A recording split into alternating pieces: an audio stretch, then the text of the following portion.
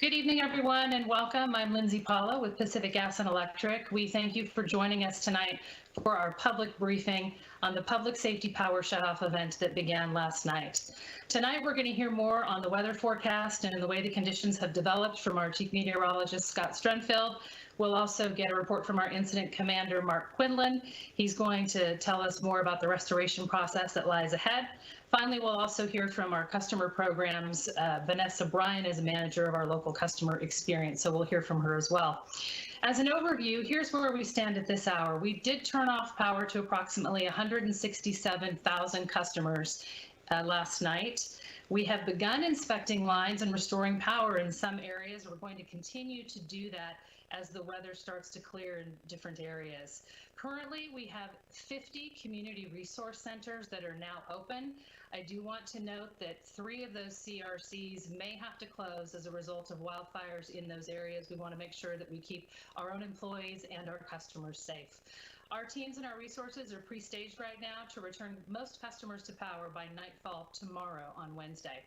Now, before we go any further, we do have several members of the media on the phone. We are going to turn to them after our update, and we're going to take some questions from the members of the media. I want to remind the reporters on the line that you're going to need to press *1 to get into the queue with the operator in order to ask a question during the Q&A period.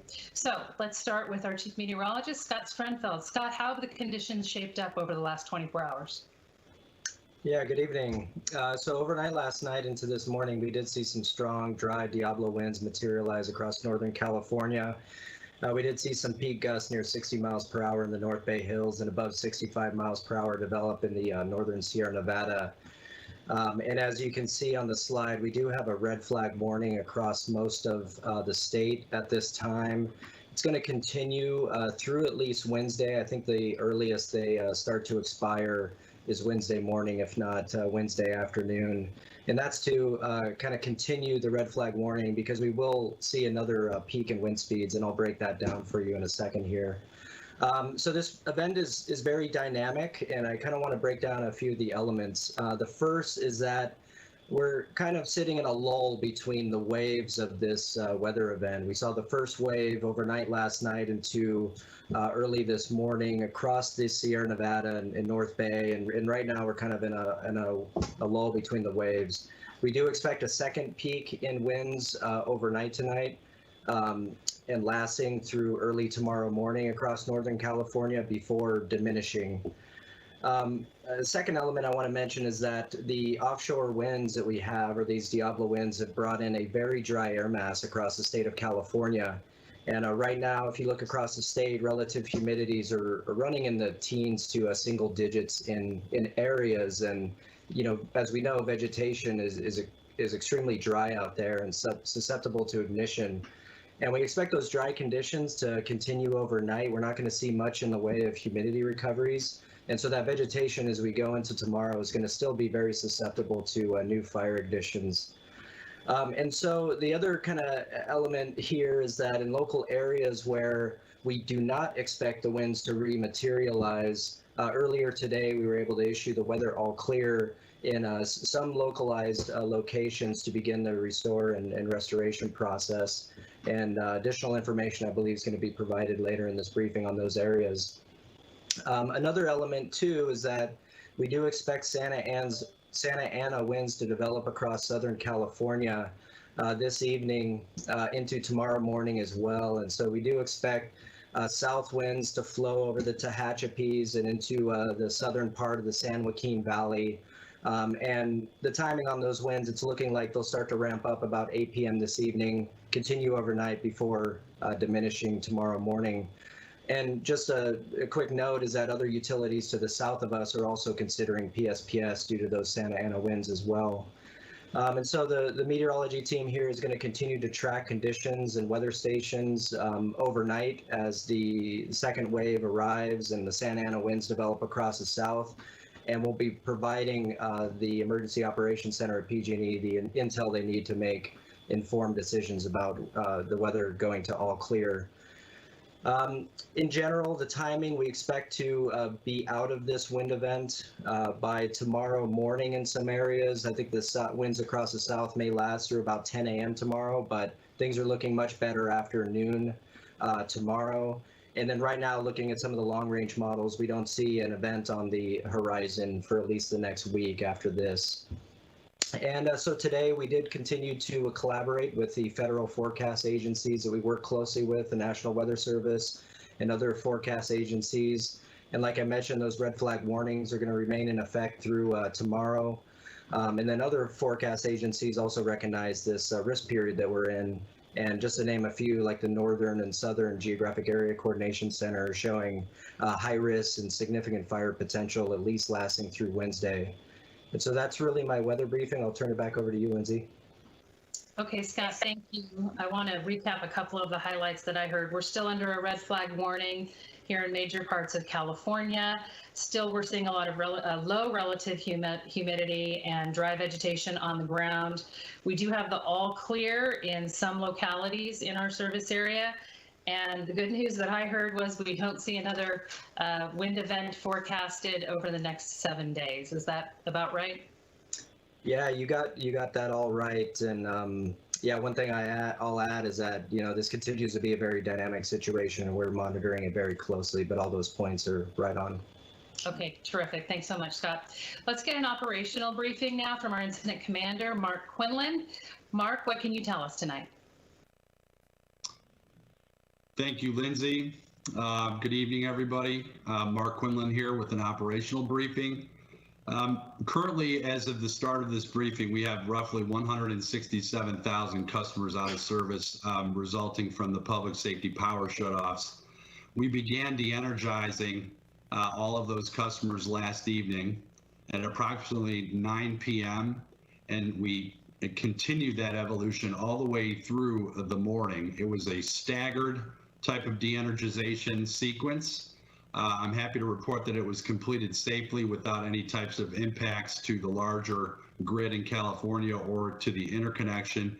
You can see that the scope primarily is in the northern portion of our service territory. It covers 21 counties and 7 tribes. One thing that Scott referenced in his remarks was the ability to adjust timing on the Kern County, which is to the far south of our service territory. When we safely de-energize the system, the Emergency Operations Center pivots and they monitor weather conditions continuously throughout the event. And as we see changes in the weather, we change with the weather. So the first thing that we were able to do was notice that the Kern County area, the scope, which is to the south end of our service territory, they were originally scheduled to be shut off at 2 p.m. this afternoon, or 1400 hours. But the weather conditions changed. We expect the winds to come, but we expect them later. So we were able to delay de-energization until 7 p.m. this evening, or 1900 hours. And we anticipate doing that and being successful in that effort. Along the line of changing weather conditions, we were also monitoring the system, monitoring the wind speeds that Scott covered throughout the day. We noticed 2 specific areas to where we could declare the weather all clear earlier than anticipated. The first area is in the northern area of the service territory in the Humboldt and Siskiyou counties. There's a section of scope there where we no longer believe that there is a weather threat. The winds are no longer at unsafe levels. So we proceeded with the patrolling process and the restoration process in those 2 counties. And then in the Southern Sierra part of the scope that you can see on the right-hand side of the slide, specifically in Tuolumne and Calaveras counties, there's a block of customers ranging between 30 to 35,000 customers that we believe can be able to be restored. So we're in the process of doing that work. The disadvantage with the time of day is that we're running out of daylight, so we won't be able to fly our helicopters in those specific areas. We do have ships in the air now, but they will be landing at sunset. and we will continue the patrolling process and the incremental restoration process through the evening until we are at first light, where we can get the air fleet back in the air. So the next slide covers really mitigations that we've been able to establish and avoid customer interruptions to the tune of 70,000 customers. The most significant block of that effort is really in the Humboldt County. We have a generating station there that has the ability to be placed into an island configuration and carry all of the customers and serve them without necessitating a shutdown, even though the transmission lines that flow into Humboldt County from the east needed to be taken out of service for safety. So we avoided those customer interruptions. And then the remainder of that 70,000 are really the temporary generation efforts that we've put forth. You can see 10 critical facilities, ICUs, hospitals, non-traditional medical facilities that have since been converted into medical purposes for purposes of COVID-19 pandemic concerns. We've been able to provide temporary power for that. The last thing I'll mention is the 200 grid sectionalizing devices that we have installed. We've actually installed 3 times that many devices, but in this event, with the scope that we can see on the right-hand side of the slide, roughly 200 of them were in play, and that helps shrink that outage to better match the area of weather risk. On the next slide, just want to cover, here's the restoration plan and the resources to be able to restore our customers. We're anticipating widespread all clears in the morning hours, overnight into tomorrow morning. And our employees have already been taking action today to segment the distribution system into smaller chunks so that we could incrementally and concurrently restore those distribution segments in our transmission lines very safely, very quickly. So we have a fleet of approximately 60 helicopters, 1 fixed wing aircraft to do aerial patrols, and just shy of 3,000 employees in the field that are doing everything that they can to get our customers and our communities back in lights after the extreme fire conditions have passed. So with that, Lindsay, I will turn it back to you.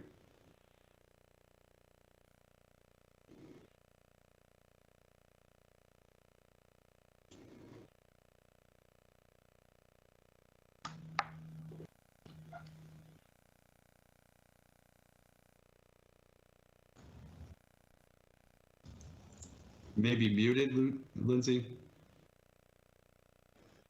Thanks, Mark. Yes, I was muted.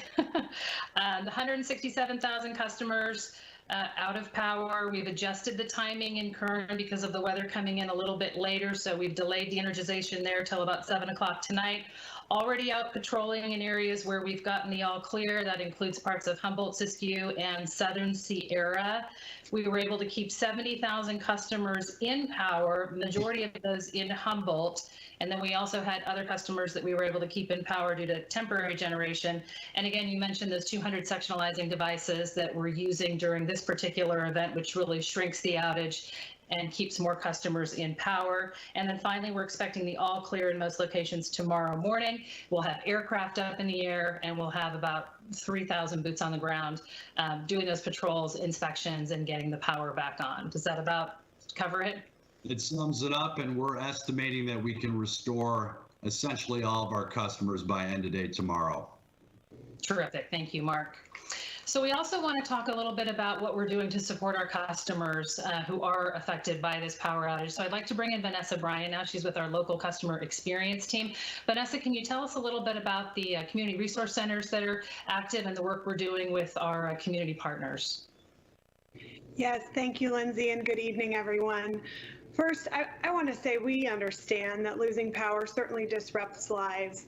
With the heat wave, the smoky conditions, and special precautions in place because of COVID, this is particularly difficult and a difficult time for the power to be out. So we're working as quickly as we can to get it back on for our customers.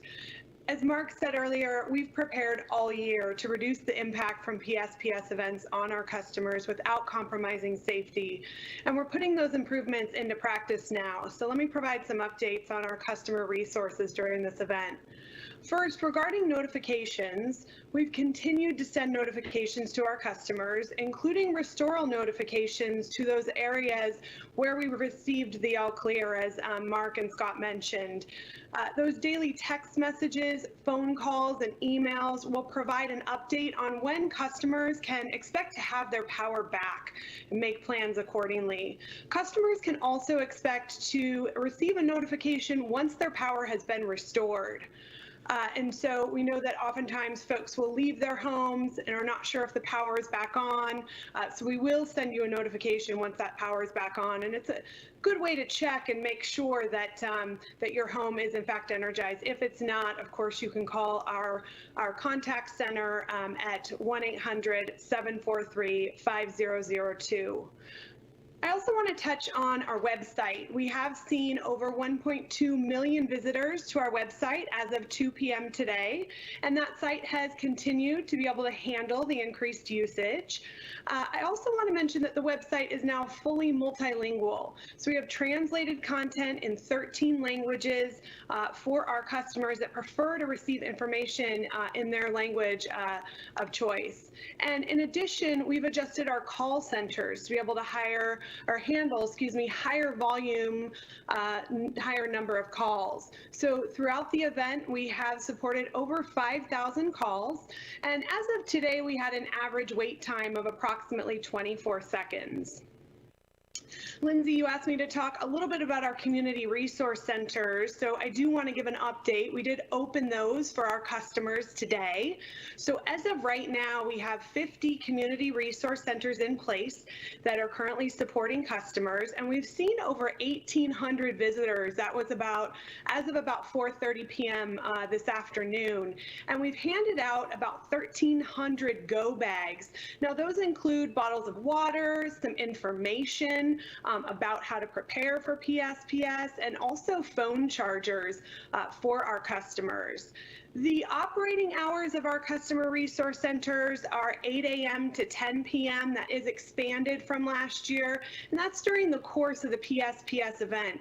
And as Lindsay mentioned, there were 3 CRCs that did have to temporarily close, either due to smoke or fire risk. And so I'd encourage customers to go to our website, that's pge.com/PSPS updates, for locations and any updates regarding closure. The centers do provide a safe location to meet the basic power needs of our customers, in particular charging medical equipment. You can also get up-to-date information about the PSPS event, and again, water, snacks, and other essential items to reduce the hardships on our customers. All of our community resource centers reflect appropriate COVID-19 health considerations and state and county guidelines. So all of the folks that are working there have facial covering. They are practicing physical distancing. We are limiting visitors at a particular site. Now, many of them are open air facilities, so we don't have a challenge with capacity, but for those indoor sites, we do want to meter who's in there so we can maintain that safe distance. We are completing temperature checks before folks enter those community resource centers, and we're sanitizing all the hard surfaces regularly. So we do ask that customers do not visit a community resource center if they're sick with a fever or cough, sore throat, or runny nose. So the last thing that I want to touch on really is our customers with medical needs. We know that turning off the power has an even greater impact on those folks who rely on power for medical or independent living needs. So we've made improvements this year to provide more help to customers with disabilities, hardships, language barriers, and other needs.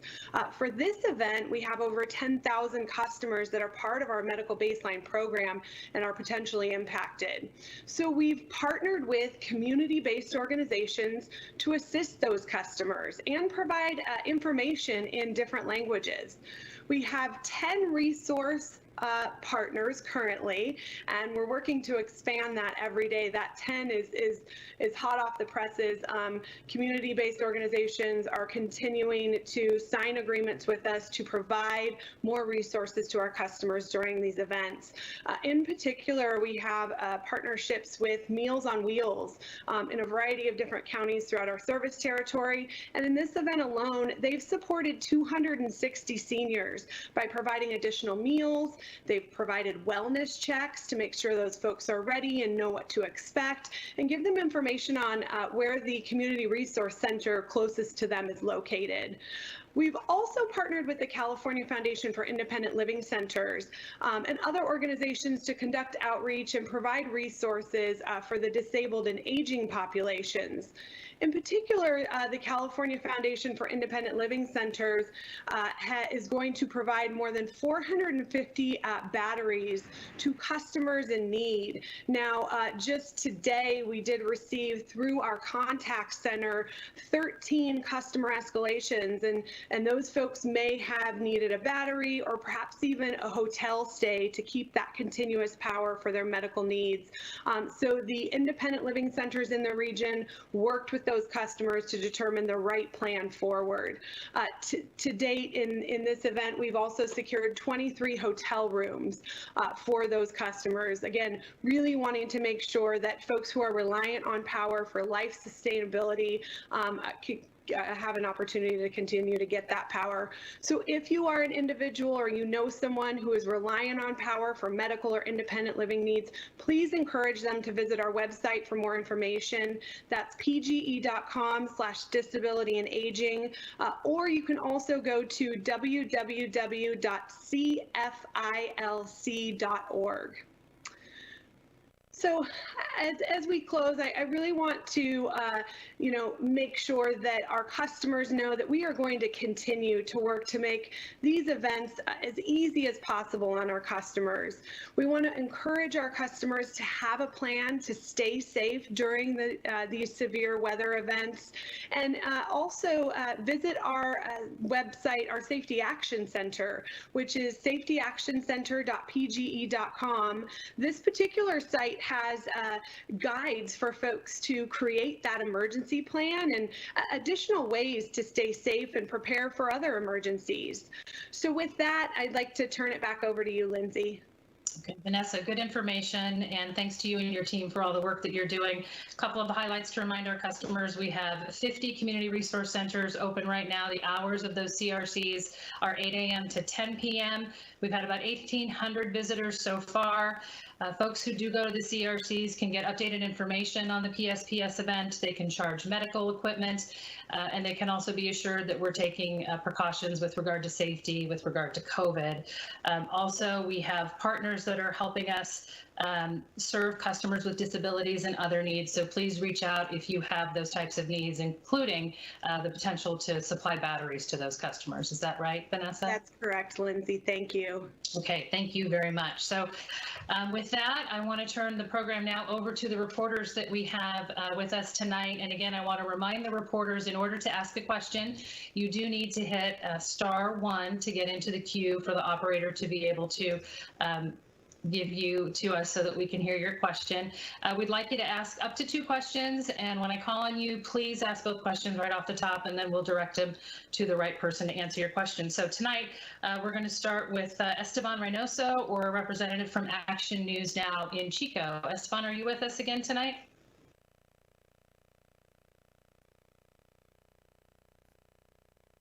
Do we have a representative from Action News Now on the phone? Okay, at this time, let's go down to the southern part of our service area, and we'd like to call on Kylie Walker, who's with KERO. Is Kylie on? Okay, at this time, I'm being told that JD Morris with the San Francisco Chronicle is ready and waiting with some questions. JD, good evening.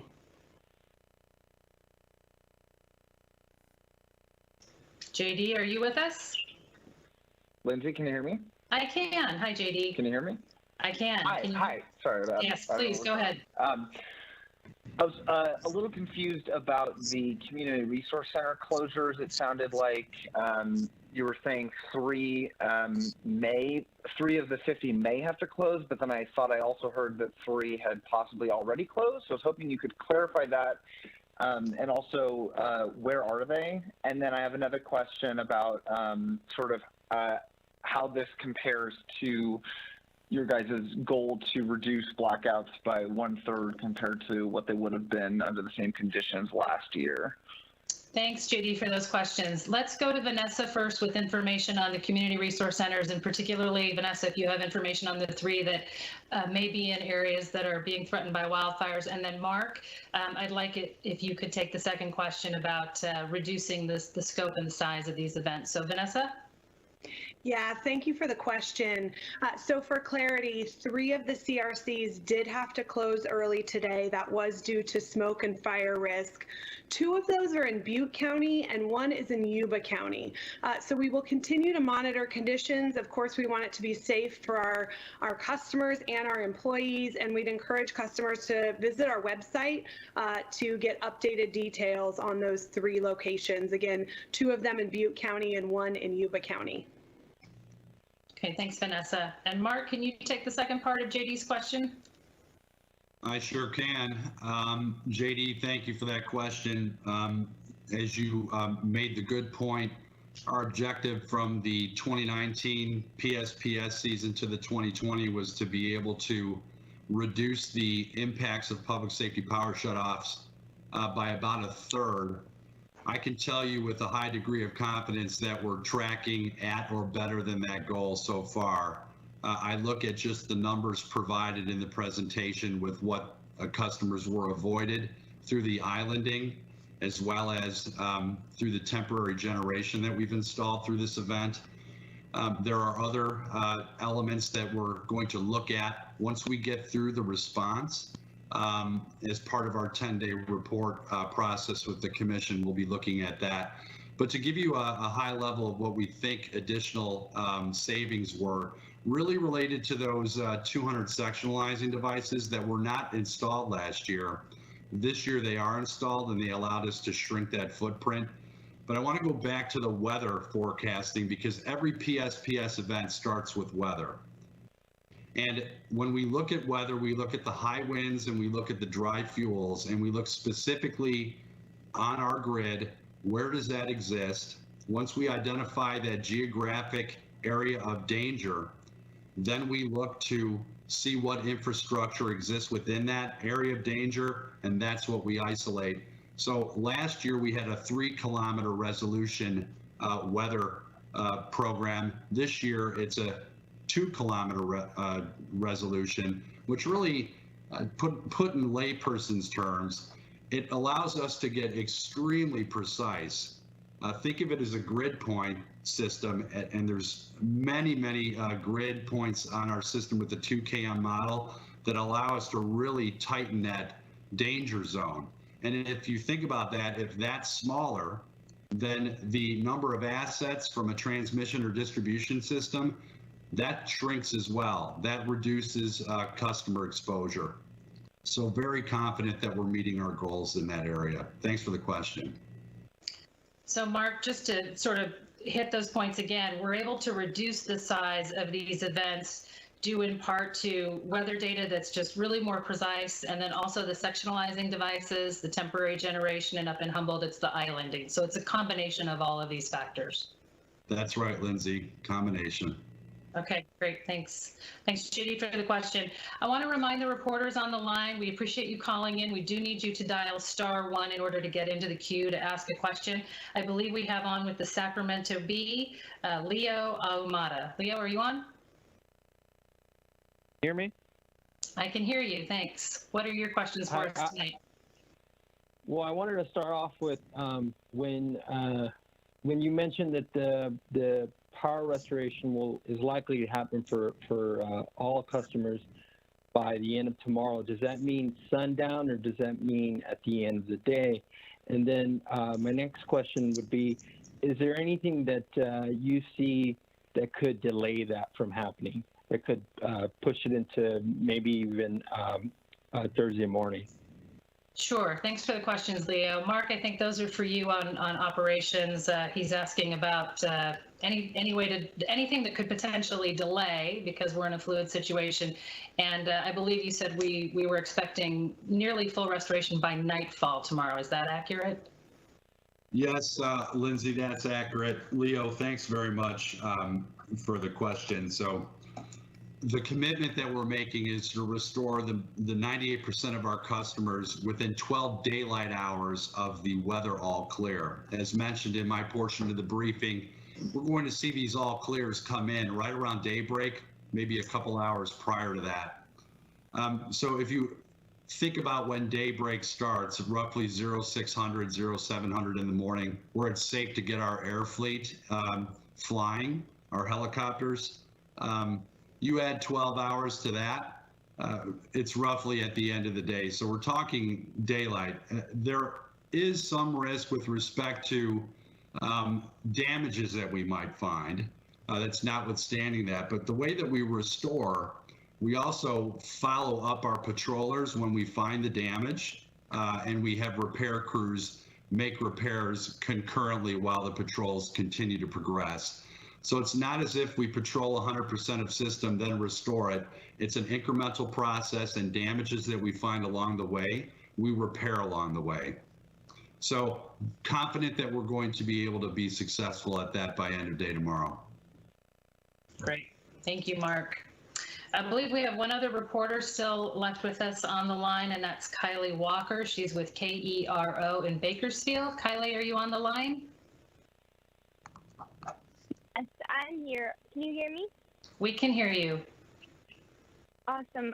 My first question would be, could you kind of talk about the decision-making behind the shutoffs and who is part of that decision-making? And then my second question would be, if this is going to be delayed, the power restoration, are there procedures in place if it's going to be extended, and what are they? Sure, Kylie. So Mark, let's have you talk about the decision-making process and who's involved in that process. And then if you can talk a little bit about if restoration is delayed, what those impacts are, and then maybe Vanessa can jump in and talk about how we support our customers if restoration is delayed due to a fluid situation, or as you said, we find damages. Thank you, Kylie, for the questions. I'll take the first one.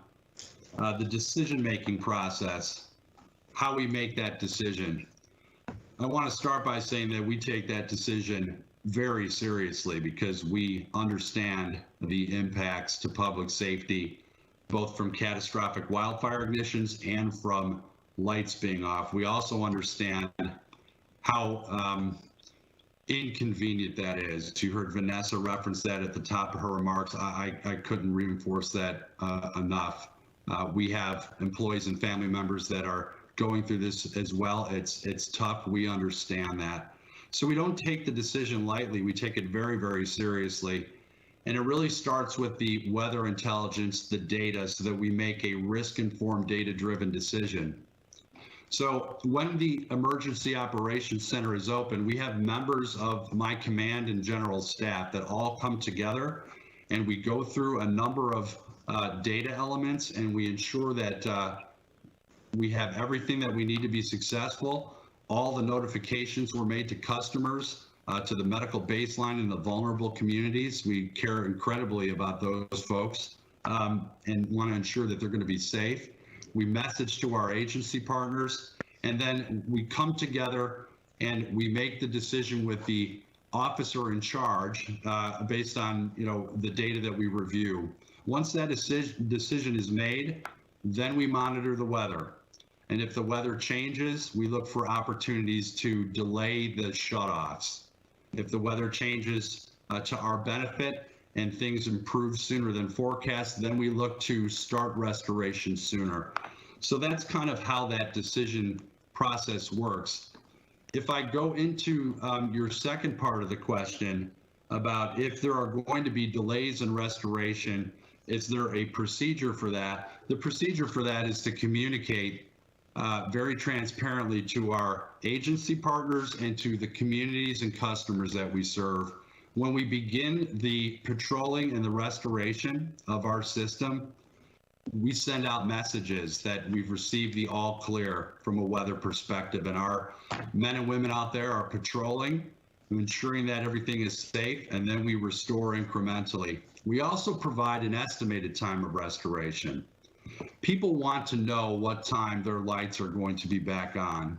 We understand that, and we do the best that we can to let people know what that time is. And if it changes, we need to change the ETOR and re-communicate that. So it's all about sharing what we know, when we know it, with the people that matter. So thank you for your questions. Thanks, Mark. Vanessa, anything you want to add to that? Yeah, thanks for that, Mark. And Lindsay, we have included that estimated time of restoration since the very first notifications went out, and we continue to update those to Mark's point as conditions change. Should restoration take longer, we will send out a new notification to our customers, letting them know that that restoration time has changed, and they can expect to receive those updates daily until power has been restored. I also want to reassure customers that our community resource centers will stay open for the duration of the event. So again, if that duration is extended, resources will still be available for our customers. So thanks for the question, Kylie. Okay, good to know. So as we wrap up here tonight with our Public Safety Power Shutoff briefing, I want to thank again Scott Strunfeld, Mark Quinlan, Vanessa Bryan, and the reporters who joined us on the call. Want to remind everybody that a PSPS is really a tool of last resort that we use to prevent catastrophic wildfires in our service area. We really do appreciate our customers' patience. We know it is hot out there. We know conditions are not optimal right now for this type of a shutoff, and we really do appreciate your patience. Again, Mark said we were expecting full restoration or near full restoration by nightfall tomorrow for all of our customers. The PG&E employees will be out in force tomorrow to make sure that that happens. For further updates and for more information, we direct you to pge.com/PSPS updates. You'll also find some helpful videos there that can tell you more about our decision-making process and the improvements we have made this year to try to make these events smaller for our customers, shorter in duration, and smarter for all of you. So again, please stay safe. Thanks for joining us today. Good night.